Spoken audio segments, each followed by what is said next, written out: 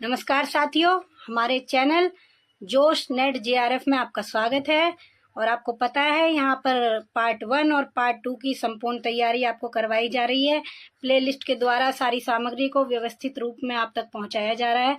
आप जाकर देखेंगे तो सभी चीज़ों की प्लेलिस्ट आपकी बनी हुई है। और आज जो हम टॉपिक देखने जा रहे हैं वो है हिंदी कहानी में हमारी कहानी है ईदगाह, जिसके लेखक हैं प्रेमचंद। नोट्स बनाते चलेंगे, साथ साथ अंडरलाइन करते चलेंगे और आपको रिवीजन करना होगा मल्टीपल टाइम्स। एक बार पढ़ने से काम जो है नहीं चलेगा। ठीक है, तो हम आते हैं अपनी कहानी की ओर। ईदगाह कहानी, जिसके लेखक हैं प्रेमचंद, और इसका साल है 1933। और मुख्य बिंदु यहाँ पर जो आएंगे वो है बाल मनोविज्ञान पर लिखी गई ये हिंदी की सर्वश्रेष्ठ कहानियों में ईदगाह शिखर पर है। इस कहानी में प्रेमचंद हामिद नामक बच्चे के माध्यम से दिखाते हैं कि गरीबी और अभावों में किस प्रकार बच्चे की मासूमियत खत्म हो जाती है। बच्चे को समय से पहले ही परिपक्व हो जाना पड़ता है। लेखक मुंशी प्रेमचंद जी की सभी कहानियां उनके संग्रह मानसरोवर में संकलित है, जिसे 8 भागों में बांटा गया है। ये इम्पोर्टेंट है, इसको अंडरलाइन करेंगे कि मानसरोवर को कितने भागों में बांटा गया है। 8 भागों में बांटा गया है, ये क्वेश्चन भी आ जाता है। और ये जो कहानी हम पढ़ने जा रहे हैं ये मानसरोवर भाग 1 में, जिसमें कि टोटल 27 कहानियां हैं, ये भी लिख लेंगे। और उसमें से ये कहानी ईदगाह जो हम पढ़ने जा रहे हैं ये उसमें से एक है। तो सीधे चलते हैं अपनी कहानी की ओर। पहले हम देख लेंगे इस कहानी में जो पात्र हैं उनके साथ साथ और भी कई चीजें इंपॉर्टेंट है, जैसे कि उनकी उम्र दी गई है, उम्र हुआ, उनके पास कितने पैसे थे। जैसे कि आपने कहानी पढ़ी होगी एक बार तो आपको पता होगा, उनके पास पैसे थे मेले घूमने जाने के लिए, तो कितने पैसे थे। जैसे कि इस मतलब किसी भी पाठ में कहानी में कोई भी संख्या आती है, किसी का नाम आता है, कोई पैसे आते हैं, या फिर मतलब उम्र, कोई भी चीज अलग से दी गई है तो वो हमको नोट करनी होगी, क्योंकि ये चीजें इंपॉर्टेंट होती है और एग्जाम में पूछ ली जाती है। तो मैंने यहाँ पे लिखा है जैसे कहानी के पात्र। तो पात्र है हामिद, अमीना जो कि हामिद की दादी है, मोहसिन है, मोहम्मद है, नूरे है, सम्मी है, महमूद है, हामिद, अमीना तो बताई थी मैंने अभी, और आबिद है जो हामिद का पिता है, इसका भी जिक्र आता है यहाँ पे, और चौधरी कायम अली है। अब यहाँ पे हम देखेंगे कि ये जो पात्र है, जो बच्चे हैं, ये बाजार जाते हैं और ये कुछ चीजें खरीद के लाते हैं, तो उसके नाम भी इम्पोर्टेंट है। जैसे कि ये नाम लिखे मैंने, हामिद क्या लेके आता है, चिमटा। भिस्ती कौन लेके आता है, मोहसिन। ये आप मैंने नहीं लिखा है, लेकिन आप यहाँ पे ये लिख लेंगे इनके खिलौनों के नाम, इनके पात्र के बगल में, इसके एक पॉइंट बन जाएगा। और वकील कौन लेके आता है, नूरे। सम्मी लेके आता है खंजरी, और महमूद लेके आता है सिपाही।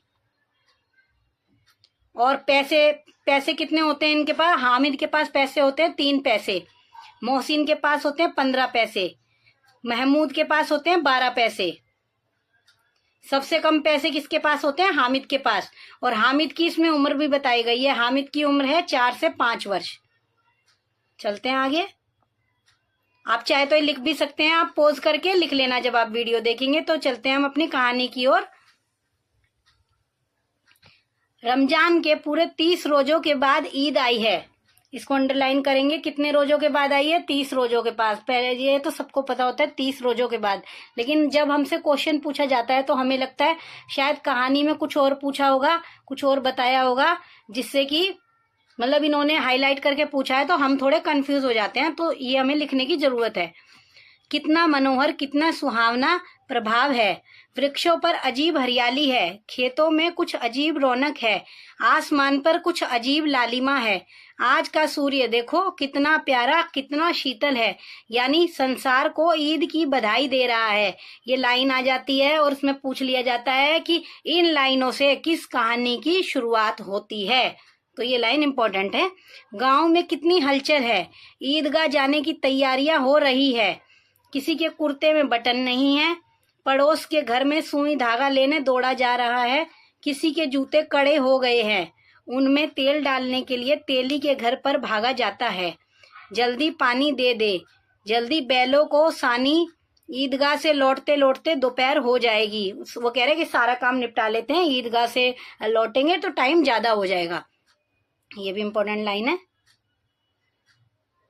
3 कोस का पैदल रास्ता, रास्ता कितने कोस का है ये भी इंपॉर्टेंट है, लिख लेंगे। रास्ता कितने कोस का है मेले जाने का? 3 कोस का। फिर सैकड़ों आदमियों से मिलना भेंटना, रास्ते में कोई मिलेगा तो उनसे बातचीत भी करनी है। दोपहर के पहले लौटना असंभव है। लड़के सबसे ज्यादा प्रसन्न हैं। किसी ने 1 रोजा रखा है, वह भी दोपहर तक, किसी ने वह भी नहीं, लेकिन ईदगाह जाने की खुशी उनके हिस्से की चीज है। रोजे बड़े बूढ़ों के लिए होंगे, इनके लिए तो ईद है। रोज ईद का नाम रटते थे, आज वह आ गई। अब जल्दी पड़ी है कि लोग ईदगाह क्यों नहीं चलते। इन्हें गृहस्थी की चिंताओं से क्या प्रयोजन। सेवैयों के लिए दूध और शक्कर घर में है या नहीं, इनकी बला से। ये तो सवैया खाएंगे। वह क्या जाने कि अब्बा जान क्यों बदहवास चौधरी कायम अली के घर दौड़े जा रहे हैं।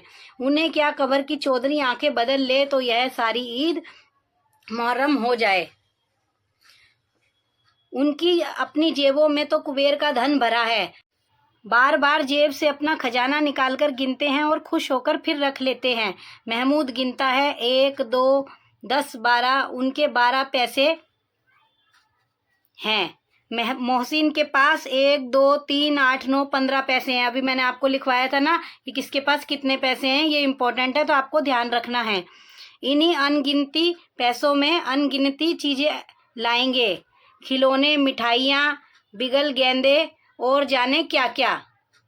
ये भी अंडरलाइन करेंगे, क्या क्या चीजें वो लाने की बात कह रहे हैं। और सबसे ज्यादा प्रसन्न है हामिद, वह 4 सूरत, ये गलत लिखा है इसमें, ये आएगा वह गरीब सूरत, आप सही कर लेना, गरीब आएगा यहाँ पे। वह गरीब सूरत 5 साल का गरीब दुबला पतला लड़का, जिसका बाप गत वर्ष हेजे की भेंट हो गया और माँ जाने क्यों पीली होती होती एक दिन मर गई। जिसका बाप पिछले वर्ष जो है हेजे की बीमारी से मर गया और जिसकी माँ भी पीली होती होती एक दिन चल बसी। किसी को पता क्या बीमारी है, कहती तो कौन सुनने वाला था। गरीबों की कोनी वो करता है। दिल पर जो कुछ बीतती थी वह दिल में ही सहती थी और जब ना सहा गया तो संसार से विदा हो गई। अब हामिद अपनी बूढ़ी दादी अमीना की गोद में सोता है और उतना ही प्रसन्न है। उसके अब्बा जान रुपए कमाने गए हैं, बहुत सी थैलियाँ लेकर आएंगे। अम्मी जान अल्लाह मियाँ के घर से उसके लिए बड़ी अच्छी चीज़ें लाने गई है। अच्छी इसलिए हामिद प्रसन्न है। आशा तो बड़ी चीज़ है, इंपॉर्टेंट लाइन है। और फिर बच्चों की आशा उनकी कल्पना तो राई का पर्वत बना लेती है। हामिद के पाँव में जूते नहीं हैं, नोट करेंगे। सिर पर एक पुरानी धुरानी टोपी है जिसका गोटा काला पड़ गया है, फिर भी वह प्रसन्न है। जब उसके अब्बाजान थैलियाँ और अम्मीजान नियामतें लेकर आएंगी तो वह दिल से अरमान निकाल लेगा।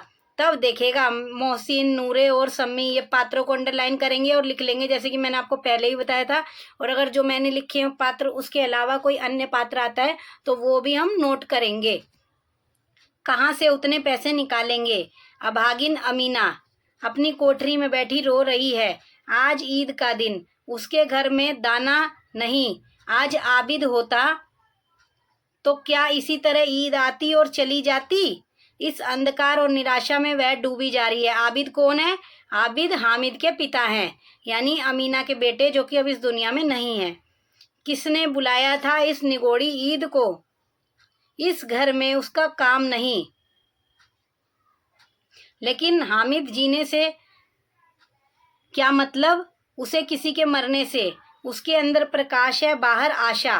विपत्ति अपना सारा दलबल लेकर आए, हामिद की आनंद भरी चितवन उसका विध्वंस कर देगी।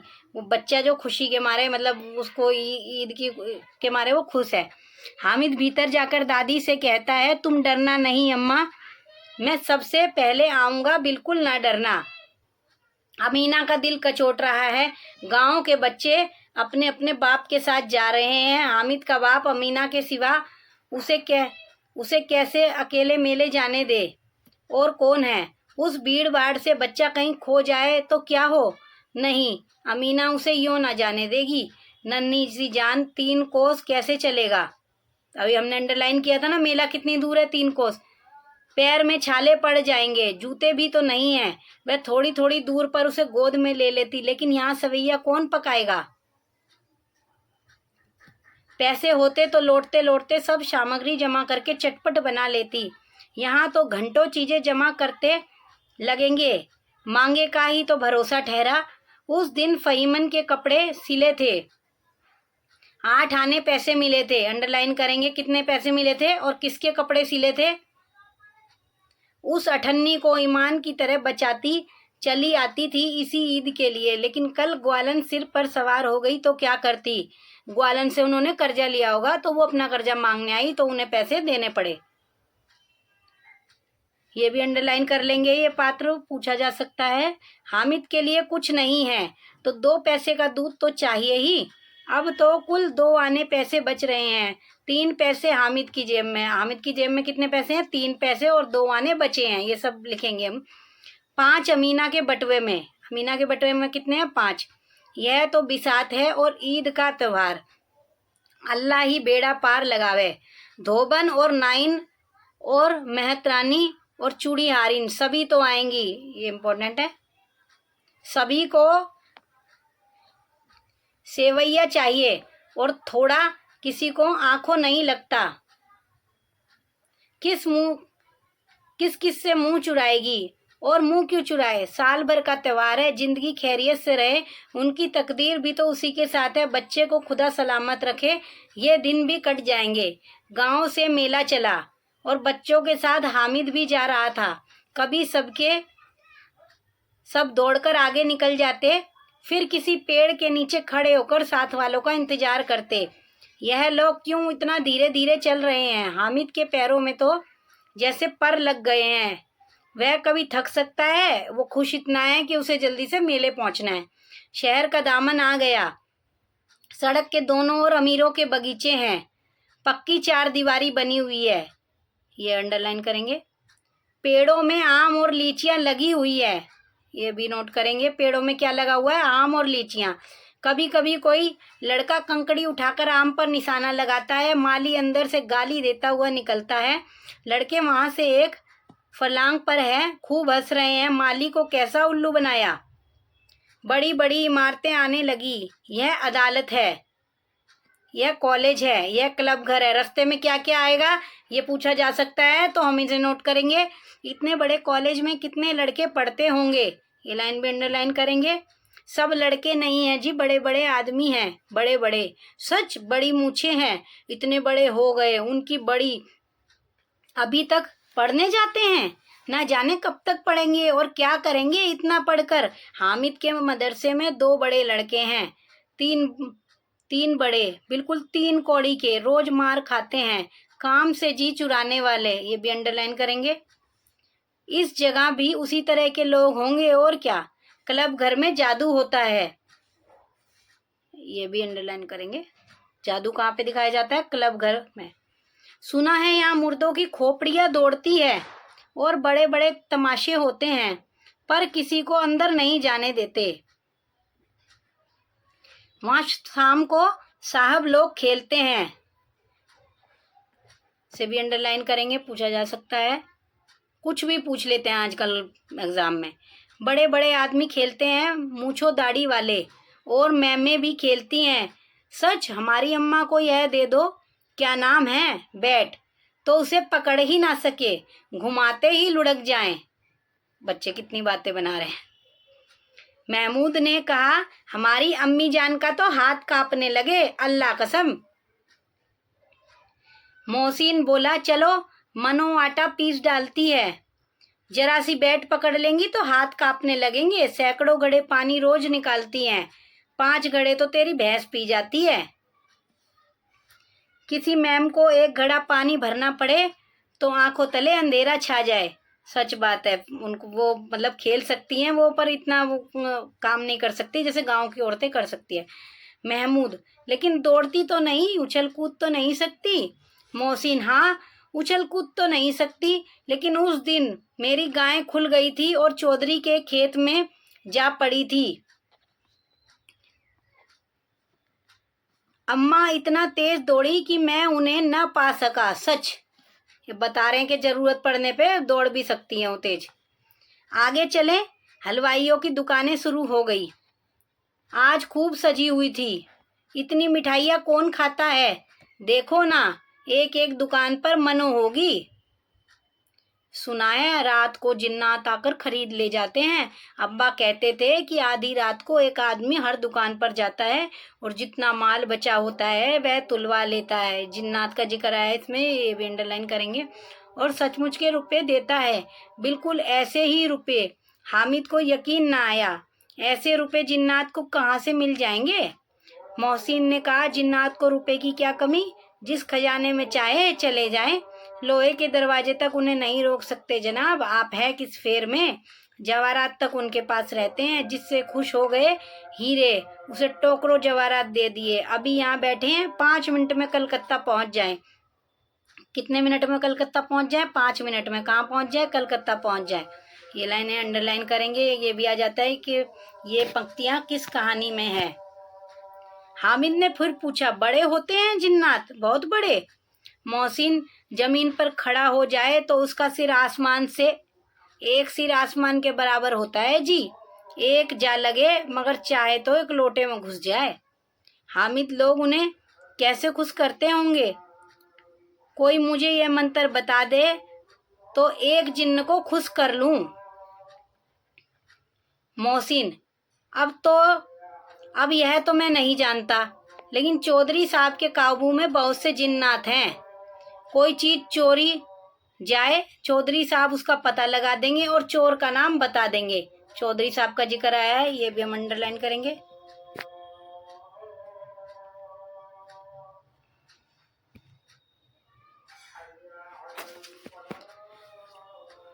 जुमराती का बछवा उस दिन खो गया था। कौन खो गया था? जुमराती का बछवा नाम बताया इसमें, ये भी अंडरलाइन करेंगे। 3 दिन हैरान हुए, कहीं ना मिला। तब झक मारकर चौधरी के पास गए। चौधरी ने तुरंत बता दिया, मवेशी खाने में है और वहीं मिला। जिन्नात आकर उन्हें सारी जहान की खबर दे जाते हैं। बच्चों को लग रहा है कि मतलब जिन्नात आके उन्हें जो खबर दे जाते हैं, तभी चौधरी साहब को पता लगता है। अब उनकी समझ में आ गया कि चौधरी के पास क्यों इतना धन है और क्यों उनका इतना सम्मान है। आगे चले। यह पुलिस लाइन है, यही सब कॉन्स्टेबल कवायद करते हैं। कांस्टेबल लिखा है, ये भी लिख लेंगे, अंग्रेजी का शब्द है। रेटन रात को बेचारे घूमकर पहरा देते हैं, नहीं चोरियां हो जाए। मोहसिन ने प्रतिवाद किया कि यह कांस्टेबल पहरा देते हैं, तभी तुम बहुत जानते हो। अजी हजरत, यह चोरी करते हैं। शहर के जितने चोर डाकू हैं, यह सब इनसे मिले रहते हैं। रात को ये लोग चोरों से तो कहते हैं चोरी करो, और आप दूसरे मोहल्ले में जाकर जागते रहो पुकारते हैं। बच्चों को भी कितनी बातें बताए। तभी इन लोगों के पास इतने रुपए आते हैं। मेरे मामू एक थाने में कांस्टेबल है, 20 रुपया महीना पाते हैं। ये नोट करेंगे, उसके मामू थाने में कांस्टेबल है, वो कितने रुपए पाते हैं, या पूछ लेंगे उसके मामू कौन है, क्या काम करते हैं। किसके मामू? मोहसिन के मामू। लेकिन 50 रुपए घर बेचते हैं। 20 रुपए कमा रहे हैं और 50 रुपए घर भेज रहे हैं। अल्लाह कसम, मैंने एक बार पूछा कि मामू आप इतने रुपए कहाँ से पाते हैं? हंसकर कहने लगे, बेटा अल्लाह देता है। फिर आप ही बोले, हम लोग चाहें तो एक दिन में लाखों मार लाएं। कितने पैसे कमा ले? लाखों। हम तो इतना ही लेते हैं जिसमें अपनी बदनामी ना हो और नौकरी ना चली जाए। ज्यादा लेंगे, पता चल गया तो नौकरी भी जाएगी। हामिद ने पूछा, यह लोग चोरी करवाते हैं तो कोई इन्हें पकड़ता नहीं क्या? मोहसिन उसकी नादानी पर दया दिखाकर बोला, अरे पागल, पकड़ने वाले तो यह लोग, इन्हें कौन पकड़ेगा? खुद हैं, लेकिन अल्लाह इन्हें सजा भी खूब देता है। हराम का माल हराम में जाता है। थोड़े ही दिन हुए, मामू के घर में आग लग गई, सारी लेही पूंजी जल गई, एक बर्तन तक ना बचा। कई दिन पेड़ के नीचे सोए। अल्लाह कसम, पेड़ के नीचे भांडे आए, फिर ना जाने कहाँ से 100 कर्ज लाए तो बर्तन भांडे लेकर आए होंगे, खाना पकाया होगा। हामिद 100 तो 50 से ज्यादा होते हैं क्या? पूछ रहा है, उसे गिनती नहीं आती है। कहाँ 50, कहाँ 100। 50 एक थैली भर होता है, 100 तो 2 थैलियों में भी ना आए। अब बस्ती घनी होने लगी, ईदगाह जाने वालों की टोलियां नजर आने लगी, एक से एक भड़कीले वस्त्र पहने हुए, कोई इक्के तांगे पर सवार, कोई मोटर पर, सभी इत्र में बसे, सभी के दिलों में उमंग। ये भी नोट कर लेंगे किस किस पर लोग आए हुए थे। ग्रामीणों का यह छोटा सा दल अपनी विपन्नता से बेखबर, संतोष और धैर्य में मगन चला जा रहा था। बच्चों के लिए नगर की सभी चीजें अनोखी थी। जिस चीज की ओर ताकते ताकते ही रह जाते और पीछे से बार बार हॉर्न की आवाज आने पर भी ना चेतते। हामिद जाते बचा तो हामिद मोटरसाइकिल के नीचे जाते जाते बचा। इसमें थोड़ी सी मिस्टेक्स लग रही है मुझे। सहसा ईदगाह नजर आई, ऊपर इमली के घने वृक्षों की छाया है। किसकी छाया है? इमली के घने वृक्षों की। नीचे पक्का फर्श है जिस पर जाजम बिछा हुआ है और रोजेदारों की पंक्तियां एक के पीछे एक ना जाने कहाँ तक चली गई हैं, पक्की जगत के नीचे तक, जहाँ जाजम भी नहीं है। नए आने वाले आकर पीछे की कतार में खड़े हो जाते हैं, आगे जगह नहीं है। यहाँ कोई धन और पद नहीं देखता, इस्लाम की निगाह में सब बराबर हैं। इन ग्रामीणों ने भी वजू किया और पिछली पंक्ति में खड़े हो गए। कितना सुंदर संचालन है, कितनी सुंदर व्यवस्था। लाखों सिर एक साथ सिजदे में झुके जाते हैं, फिर सबके सब एक साथ खड़े हो जाते हैं, एक साथ झुकते हैं और एक साथ घुटनों के बल बैठ जाते हैं। कई बार यही क्रिया होती है, जैसे बिजली की लाखों बत्तियां एक साथ प्रदीप्त हों, यानी जल उठी हों और एक साथ बुझ जाएं, और यही क्रम चलता रहा। कितना अपूर्व दृश्य था, जिसकी सामूहिक क्रियाएं विस्तार और अनंतता हृदय को श्रद्धा, गर्व और आत्म आनंद से भर देती थी। मानो भ्रातृत्व का एक सूत्र इन समस्त आत्माओं को एक लड़ी में पिरोए हुए हो। नमाज खत्म हो गई, लोग आपस में गले मिल रहे हैं, तब मिठाई और खिलौनों की दुकान पर धावा होता है। ग्रामीणों का यह दल इस विषय में बालकों से कम उत्साही नहीं। यह देखो हिंडोला है, 1 पैसे देकर चढ़ जाओ, झूले की बात हो रही है। और ये भी नोट कर लेंगे किस किस की दुकानों पर धावा होता है, मिठाई और खिलौनों की। कभी आसमान पर जाते हुए मालूम होंगे, कभी जमीन पर गिरते हुए। यह चरखी है, लकड़ी के हाथी, घोड़े, ऊंट छड़ों में लटके हुए हैं। ये नोट करेंगे क्या क्या चीजों का जिक्र आया है। 1 पैसा देकर बैठ जाओ और 25 चक्करों का मजा लो। महमूद और मोहसिन और नूरे और सम्मी, ये नोट करेंगे क्या क्या नाम आए हैं। इन घोड़ों और ऊंटों पर बैठते हैं। क्वेश्चन आ जाएगा कि घोड़ों और ऊंटों पर कौन कौन बैठते हैं, तो ये महमूद, मोहसिन, नूरे और सम्मी। हामिद के पास तो पैसे ही नहीं थे, हामिद दूर खड़ा था। 3 ही पैसे तो हैं उसके पास, अपने कोष का 1/3 जरा सा चक्कर खाने के लिए नहीं दे सकता, वो कुछ चीज खरीदेगा अलग। सब चरखियों से उतरते हैं, अब खिलौने लेंगे। पहले चरखियों पे गए, अब खिलौने लेंगे। इधर दुकानों की कतार लगी हुई है, इस तरह सिपाही, तरह तरह के खिलौने और गुजरिया, राजा और वकील, ये खिलौनों के नाम भी नोट करेंगे। धोबिन और साधु, सिपाही। वाह कितने सुंदर खिलौने हैं, अब बोला ही चाहते हैं। जैसे वो खिलौना है, अब बोल पड़ेंगे। महमूद सिपाही लेता है, ये लिखेंगे किसने क्या लिया। खाकी वर्दी और लाल पगड़ी वाला, कंधे पर बंदूक रखे हुए मालूम होता है, अभी कवायद किए चला आ रहा है। मोहसिन को भिश्ती पसंद आया, कमर झुकी हुई है, ऊपर मशक रखे हुए हैं। मशक का मुंह एक हाथ से पकड़े हुए हैं, जो पौधों में जो जैसे मतलब पानी जो डाल, मतलब पहले जमाने में भिश्ती बोला जाता था, जो पानी डालते थे, ऐसे उसके हाथ में कैन है, खिलौना है, वो पानी जैसे पानी की कैन वो झुकाए हुए है। कितना प्रसन्न है, शायद कोई गीत गा रहा है, बस मशक से पानी उड़ेलना ही चाहता है। नूरे को वकील से प्रेम है, कैसी विद्मता है उसके मुख पर काला चोगा, नीचे सफेद अचकन, अचकन के सामने की जेब में घड़ी सुनहरी जंजीर, एक हाथ में कानून का पोथा लिए हुए। मालूम होता है अभी किसी अदालत से जिरे या बहस किए चले आ रहा है। यह सब 2-2 पैसे के खिलौने हैं। हामिद के पास कुल 3 पैसे हैं। इतने महंगे खिलौने वह कैसे ले? खिलौना कहीं हाथ से छूट पड़े तो चूर चूर हो जाए। मिट्टी के खिलौने हैं ना, जरा पानी घड़ पड़े तो सारा रंग घुल जाए। ऐसे खिलौने लेकर वह क्या करेगा, किस काम के? मोहसिन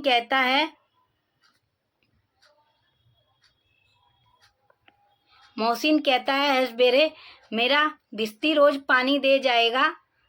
सांझ महमूद और मेरा सिपाही घर का पहरा देगा। कोई चोर आएगा तो फौरन बंदूक से फेर कर देगा। अपने अपने खिलौनों की खासियत बता रहे हैं कि हम ये खिलौना लिया है तो ये क्या कर सकता है। नूरे और मेरा वकील खूब मुकदमा लड़ेगा। सम्मी और मेरी धोबिन रोज कपड़े धोएगी। हामिद खिलौनों की निंदा करता है, ये सम्मी का भी लिख लेंगे। हामिद खिलौनों की निंदा करता है तो मिट्टी के ही गिरे तो चकनाचूर हो जाए, लेकिन ललचाई हुई आंखों से खिलौनों को देख रहा है और चाहता है कि जरा देर के लिए उन्हें हाथ में ले सकता। उसके हाथ अनायास ही लपकते हैं, लेकिन लड़के इतने त्यागी नहीं होते हैं, विशेषकर जब अभी नया शौक है। हामिद ललचाता रह जाता है। उसका भी मन कर रहा है, हालांकि वो कह रहा है कि ये टूट जाएंगे, मिट्टी के हैं, लेकिन उसके पास पैसे कम है, नहीं तो वो भी लेता। खिलौनों के बाद मिठाइयाँ आती हैं। किसी ने रेवड़ियाँ ली है। अब यहाँ पे नाम नोट करेंगे किस किसने क्या मिठाइयाँ क्या क्या ली है। किसी ने गुलाब जामुन लिए हैं, किसी ने सोहन हलवा। 3 मिठाइयों के नाम आए हैं यहाँ पे। मजे से खा रहे हैं। हामिद बिरादरी से अलग है। अब भागे के पास 3 ही पैसे हैं, क्यों नहीं कुछ लेकर खाता। ललचाई आंखों से सबकी ओर देखता है। मोहसिन कहता है, हामिद रेवड़ी ले जा, कितनी खुशबूदार है। नोट करेंगे रेवड़ी। हामिद को संदेह हुआ ये केवल क्रूर विनोद है। मोहसिन इतना उदार नहीं है, वो मजाक कर रहा है, मतलब वो देने वाला नहीं है, ऐसे उसके मजे ले रहा है। लेकिन यह जानकर भी वह उसके पास जाता है, लेकिन फिर भी वो जाता है कि शायद दे दे, बुला रहा है तो जाना चाहिए। मोहसिन दोने से एक रेवड़ी निकालकर हामिद की ओर बढ़ाता है। हामिद हाथ फैलाता है। मोहसिन रेवड़ी अपने मुंह में रख लेता है, उसको चिढ़ा के खा जा रहा है। महमूद, नूरे और सम्मी खूब तालियां बजा बजा कर हंसते हैं, उसका मजाक उड़ा रहे हैं। हामिद खिसिया जाता है। मोहसिन, अच्छा अब की जरूर देंगे हामिद, अल्लाह कसम ले जा। हामिद, रखे रहो, क्या मेरे पास पैसे नहीं? सम्मी, क्या लोगे? 3 ही पैसे तो हैं, 3 पैसे में क्या क्या? महमूद, हमसे गुलाब जामुन ले जाओ हामिद, मोहसिन बदमाश है। महमूद कह रहा है कि हमसे गुलाब जामुन ले जा, मोहसिन तो बदमाश है, नहीं देगा। हामिद, मिठाई कौन बड़ी नेमत है, किताब में इसकी कितनी बुराइयां लिखी है। मोहसिन ही नहीं, लेकिन दिल में कह रहे होंगे कि मिले तो खा लें। अपने पैसे क्यों नहीं निकालते? महमूद, हम समझते हैं इसकी चालाकी, जब हमारे सारे पैसे खर्च हो जाएंगे हमें ललचा ललचा कर खाएगा। मिठाइयों के बाद कुछ दुकानें लोहे की चीजों की, कुछ गिलट और कुछ नकली गहनों की। गहने मिल रहे हैं बाजार में सब तरह के, कैसे कैसे कुछ गिलट के और कुछ नकली। और दुकानें वहाँ पे मिठाइयों की भी है और लोहे की चीजों की भी, ये भी सब नोट करेंगे। लड़कों के लिए यहाँ कोई आकर्षण ना था। मतलब जो गहने हैं वो तो लड़कियों के, औरतों के काम आएगी। वे सब आगे बढ़ जाते हैं। हामिद लोहे की दुकान पर रुक जाता है। कोई चिमटा रखे हुए है। उसे ख्याल आया दादी के पास चिमटा नहीं है। तवे से रोटियां उतारती है तो हाथ जल जाता है। नोट करेंगे, इंपॉर्टेंट लाइन है। अगर वह चिमटा ले जाकर दादी को दे दे तो वह कितना प्रसन्न होंगी, फिर उनकी उंगलियां कभी ना जलेंगी। घर में एक काम की चीज हो, ये गीजा खिलौनों से क्या फायदा, व्यर्थ में पैसे खराब होते हैं। जरा सी देर ही तो खुशी होती है, फिर तो खिलौनों को कोई आंख उठाकर नहीं देखेगा। यह तो घर पहुंचते फूट बराबर हो जाएंगे, या छोटे बच्चे जो मेले में नहीं आए हैं पहुंचते पहुंचते टूट टाजित करके ले लेंगे और तोड़ डालेंगे। जो उनके छोटे भाई बहन है वो ले लेंगे। चिमटा कितने काम की चीज है, तवे यहाँ से नोट करेंगे, रोटियां तवे से उतार लो, चूल्हे में सेक लो।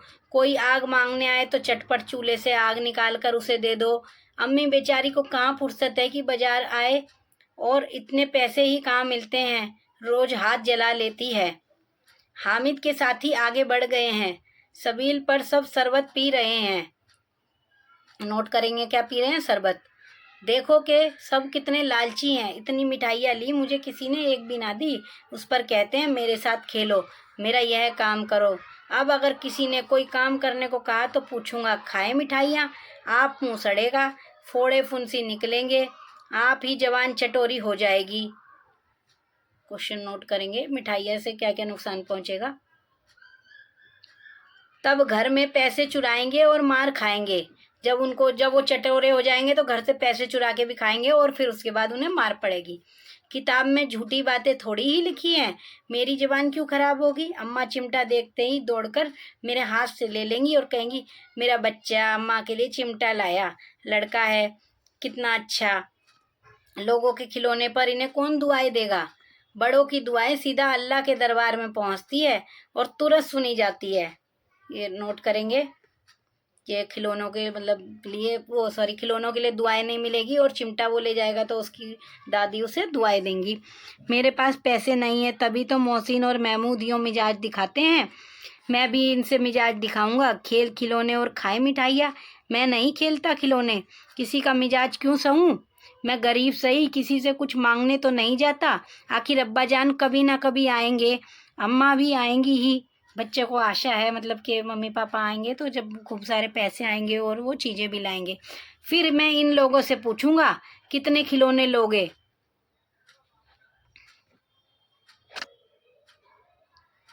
एक को टोकरियों खिलौने दूं और दिखा दूं कि दोस्तों के साथ किस तरह का सलूक किया जाता है।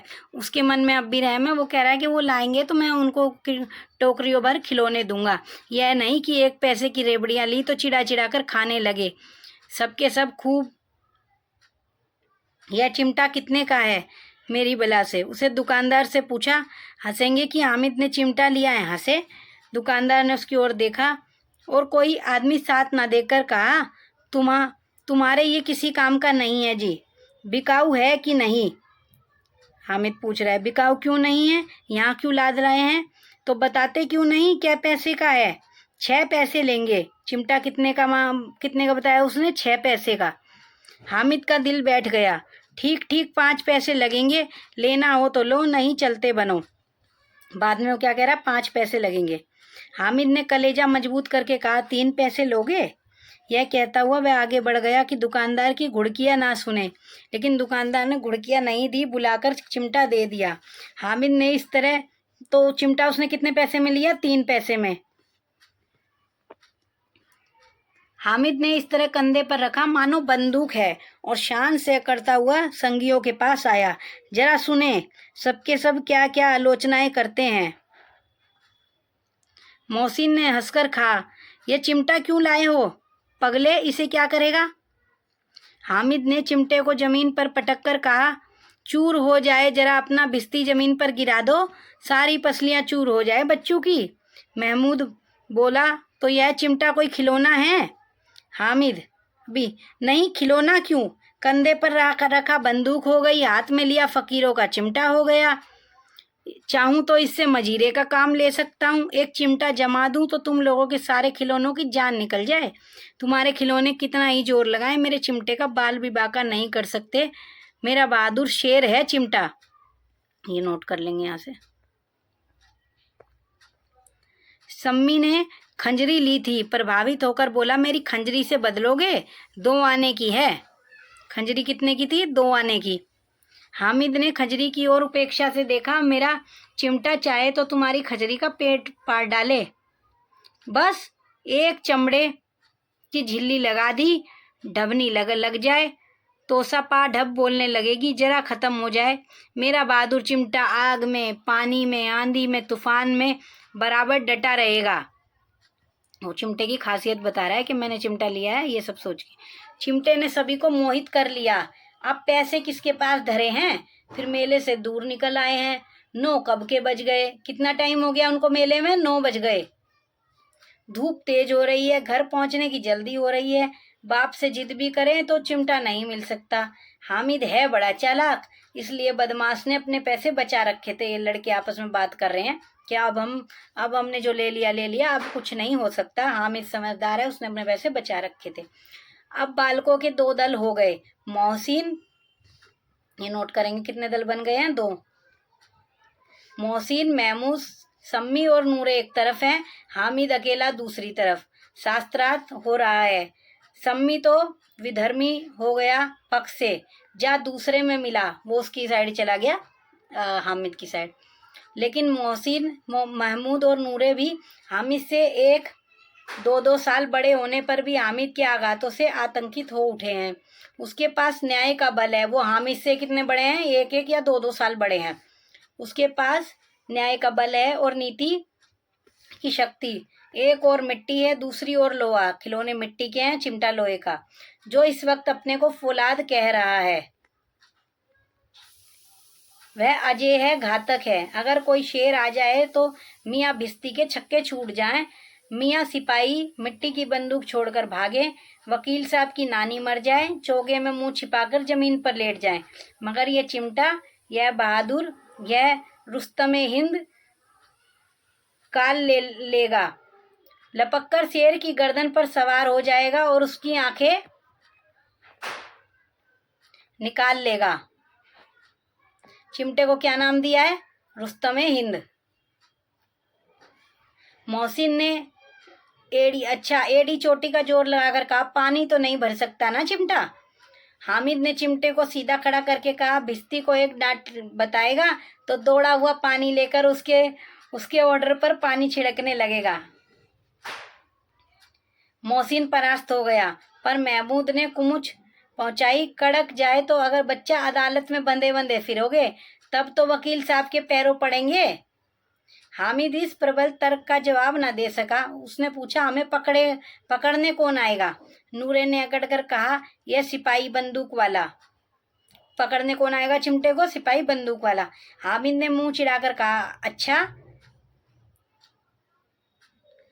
हिंद को पकड़े यह बेचारे, हम रुस्तमे हिंद, लाओ अभी जरा कुश्ती हो जाए, इसकी सूरत देखकर दूर से भागेंगे, पकड़ेंगे क्या बेचारे। वो कह रहा है कुश्ती करवा लो।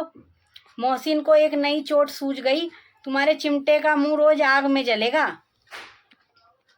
उसने समझा कि हामिद लाजवाब बिना जवाब के हो जाएगा और ये बात मतलब अब आगे बात नहीं बनेगी। लेकिन हामिद ने तुरंत जवाब दिया, आग में बहादुर ही कूदते हैं जनाब। तुम्हारे यह वकील, सिपाही और भिस्ती लौंडियों की तरह घर में घुस जाएंगे। आग में कूदना वह काम है जो है रुस्तमे हिंद ही कर सकता है। चिमटे का नाम रखा था ना रुस्तमे हिंद। महमूद ने एक जोर लगाए, मेज पर बैठेंगे वकील साहब कुर्सी पर, तुम्हारा चिमटा तो बावर्ची खाने में जमीन पर पड़ा रहेगा। इस तर्क ने सम्मी और नूरे को भी सजीव कर दिया। चिमटा बावर्ची खाने में, कितने ठिकाने की बात कही है पट्टे ने। पड़ा रहने के सिवा और क्या कर सकता है। हामिद को कोई फड़कता हुआ जवाब न सूझा तो उसने धांधली शुरू की कि मेरा चिमटा बावर्ची खाने में नहीं रहेगा। कुर्सी पर वकील साहब बैठेंगे तो जाकर उन्हें जमीन पर पटक देगा और उनका कानून उनके पेट में डाल देगा।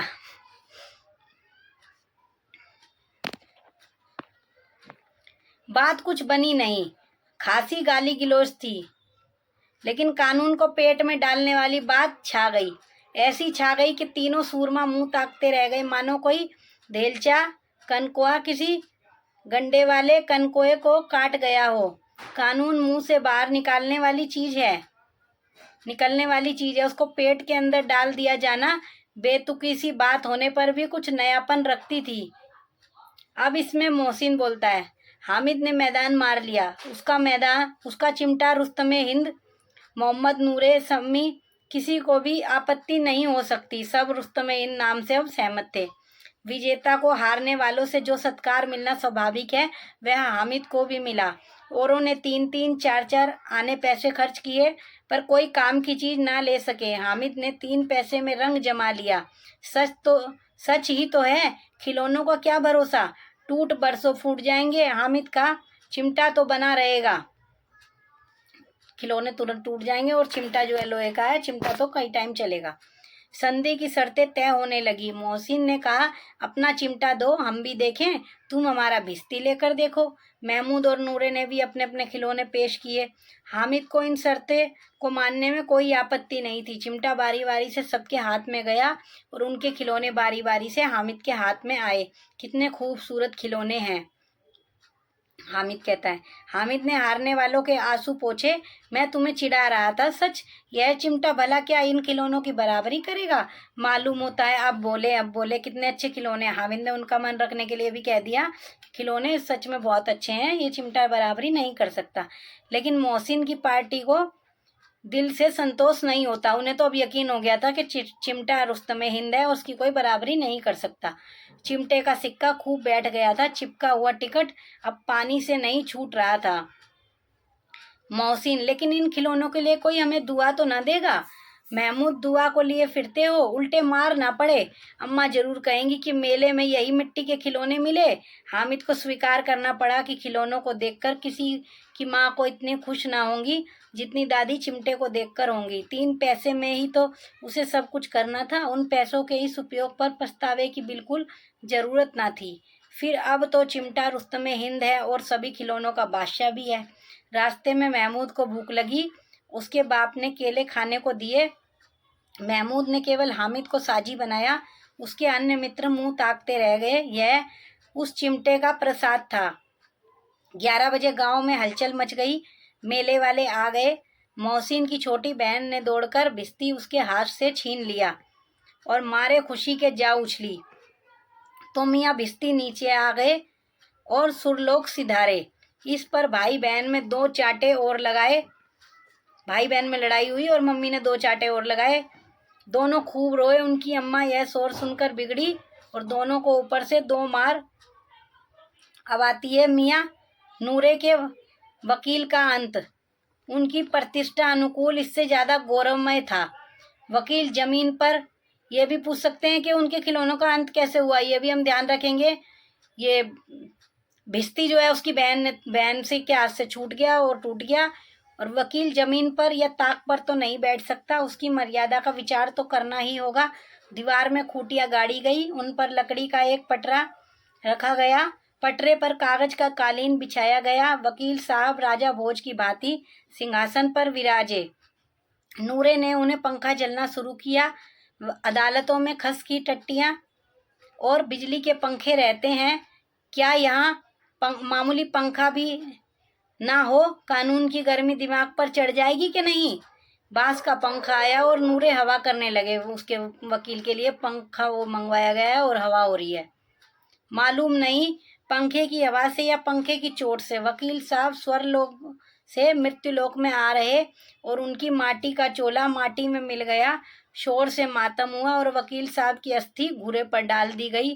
फिर बड़े जोर शोर से उनका अंतिम संस्कार हुआ। अब रहा महमूद का सिपाही। उसे चटपट गांव का पहरा देने का चार्ज में मिल गया। अब ये तीसरे खिलौने की बात हो रही है। लेकिन पुलिस का सिपाही कोई साधारण व्यक्ति तो नहीं जो अपने पैरों पे चले। वह पालकी पर चलेगा। एक टोकरी आई, उसमें कुछ लाल रंग के फटे पुराने चिथड़े बिछाए गए जिसमें सिपाही आराम से लेटे। नूरे ने यह टोकरी उठाई और अपने द्वार का चक्कर लगाने लगे। उसके दोनों छोटे भाई सिपाही की तरह छोने वाले जागते रहो मगर रात पुकारते चलते हैं तो अंधेरी होनी ही चाहिए। महमूद को ठोकर लग जाती है। टोकरी उसके हाथ से छूटकर गिर जाती है और मियाँ सिपाही अपनी बंदूक लिए जमीन पर आ जाते हैं और उनकी एक टांग में विकार आ जाता है। उसकी एक टांग टूट जाती है। महमूद को आज ज्ञात हुआ कि वह अच्छा डॉक्टर है।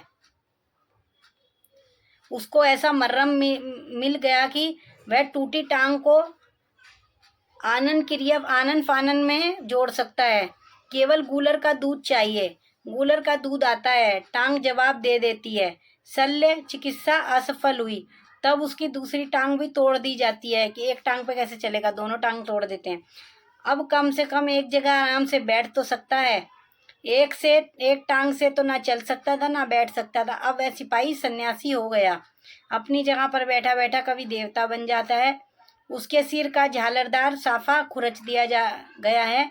अब उसका पहरा देता है। कभी जितना रूपांतर चाहो कर सकते हैं, कभी कभी तो उससे बाट का भी काम लिया जाता है। अब मियाँ हामिद का हाल सुनिए। अमीना उसकी आवाज़ सुनते ही दौड़ी और उसे गोद में उठाकर प्यार करने लगी। सहसा उसके हाथ में चिमटा देखकर वह चौंकी। यह चिमटा कहाँ था? मैंने मोल लिया है। क्या पैसे में? 3 पैसे दिए। अमीना ने छाती पीट ली। क्या ये कैसा बेसमझ लड़का है कि दोपहर हुआ, कुछ खाया ना पिया, लाया क्या चिमटा? सारे मेले में तुझे कुछ और चीज ना मिली जो ये लोहे का चिमटा उठा लाया? उसे पता है 3 ही तो पैसे दिए थे, अब 3 पैसे का ये चिमटा ले आया, तो फिर इसने खाया पिया क्या है? हामिद ने अपराधी भाव से कहा, तुम्हारी उंगलियां तवे से जल जाती थी, इसलिए मैंने इसे लिया। बुढ़िया का क्रोध तुरंत स्नेह में बदल गया, और स्नेह भी वह नहीं जो प्रगल्भ होता है और अपनी सारी कसक शब्दों में बिखेर देता है। यह मूक स्नेह था, खूब ठोस, रस और स्वाद से भरा हुआ।